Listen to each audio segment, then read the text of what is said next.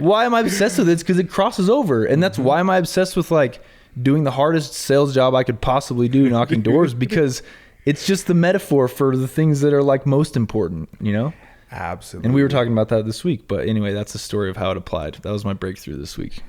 It's huge, man. It's huge. And that takes me right to like my second goal of teaching you jujitsu is really like, is to get you to go home and think. It's to get you to turn off, like, how can I say this? We are so distracted as humans, right? Yeah. We're so distracted. Like, we're in the car, we're hearing music. We have $1,000 devices in our pockets that are just constantly binging and distracting us, right? Sure. We have music, we have television, we have our jobs, we have employees, we have our kids, we have our wives. We're constantly distracted, right? Like constantly. And like what I feel like is the other part of that is I want you to go home is I want you to think, which means what? Which means really think, 100% think. I mean, shut off the distractions and think to yourself, right? Like take that moment to think, why am I doing this? Yep. Who am I? And let you discover who you are. Yep. And let you see it. And it brings me back to like there's a quote that I'd wanted to talk about that connects with this. And the quote is, this is how we actually started, is we would just do a call every week, and we were like, yeah, let's just start with a call every week. This is what I do with my fighters. And then you just would share like the insights and breakthroughs. And it's like, I learned a ton doing this. Anyway, go ahead. So here we go. And this is something, I'll just read it and I'll go over it. It says, all of humanity's problems, and this was said in 1654. Okay. This should be noted. This was said in 1654. It said, stem from man's inability to sit quietly in a room alone. All of humanity's problems stem from man's inability to sit quietly in a room alone. Exactly. Exactly. And then with that, I've told you this before. A couple months ago, I got really obsessed with like, I wanted to know how to punish people, right? But not punish anybody, right? Like, how do you punish the worst criminals in the world, right? Like, how do you take somebody in prison, right? Yeah. In the highest level of prison. I've never been in prison, but I would imagine there's levels, right? Sure. I would guess. I don't know. Yeah. So say, how do you take the worst person in there and how do you punish them? Right. And we know what they do, right? What is it that they do if they wanted to punish a criminal? Solitary confinement, right? Which means we put them alone in a room with silence.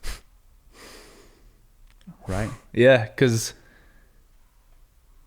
I mean, what else do you do except for face who you are, right? Because you're only there with yourself. Huh.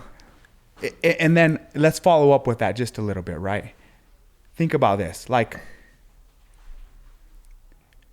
isn't it wild that like we live, like we know what the CNN effect is, right? Like constant news, right? Mm-hmm. Constant. Bombard people with like constant information. Sure. Right? Give them so much information that they're drowning in information while looking for truth, right? They don't know quite where to go. Mm-hmm. And I say that because another angle of that is like lawyers, right? When a company is getting sued and they're a big company, one of the first things those lawyers do is what? Is they say, well, let's bury them in paperwork. Yep, drown them in like all of the paperwork.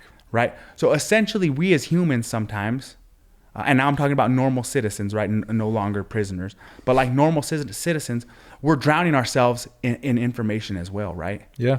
The internet, Instagram, Facebook, we're doing that same thing, right? So like we drown ourselves in that information and then we avoid ourselves that solitary confinement.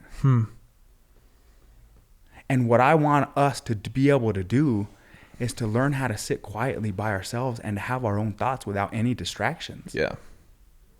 That's when we really make progress. It's when we're sitting in the kitchen and you're thinking about what happened and who I really am and what do I stand for and what do I represent. Yeah. And am I really tired?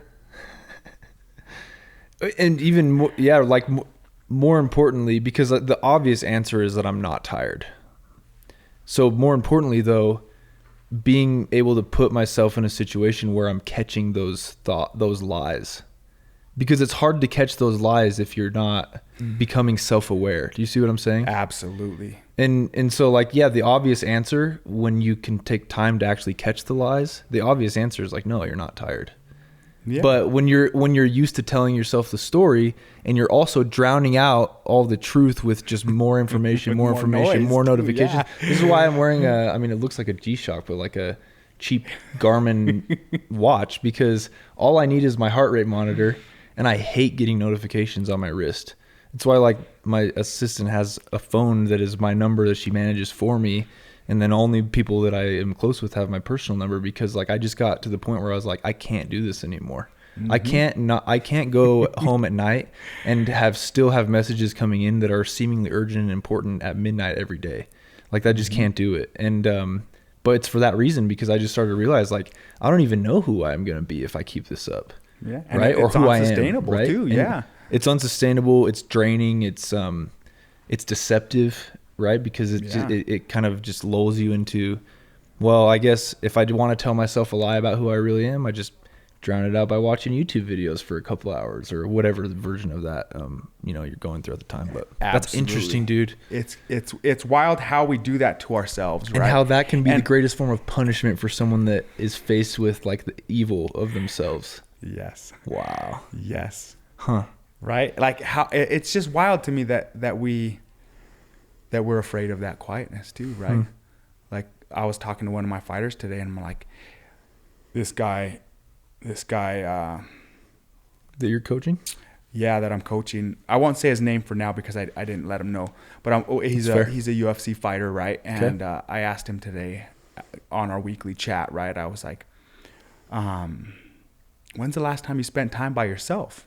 Like because I'm trying to wonder I was wondering what he wanted in life. Like, what does he want to do now? Yeah. Where does he stand? He's had some major life changes recently. And he said, I've lived on my own really since I was 14 years old. And he said, I realized the other night, after you asked me this question, that I've really never spent any time alone. Even while living on his own for the majority of his life. That he would always reach for his phone, call somebody, and he recently moved in by himself, but he finds himself immediately when he's alone wanting to call and invite somebody over, even before like making sure his place is set up. Like automatically he needs somebody's presence there. Yeah. And that's what I'm trying to get at with all of us, right? With jiu-jitsu is take that time to yourself and like, be in the moment, so present. You know what you want. Be present, and I'm trying to make sure that we have a reason for that and give it backing and give it real world examples. Right. Which I feel like that. My example from this week is just it's kind of fascinating to me as I like look at it from an outsider's perspective, because being in the moment for the sake of being in the moment is like, for me, it has always seemed kind of fairly useless. Like to what end, right?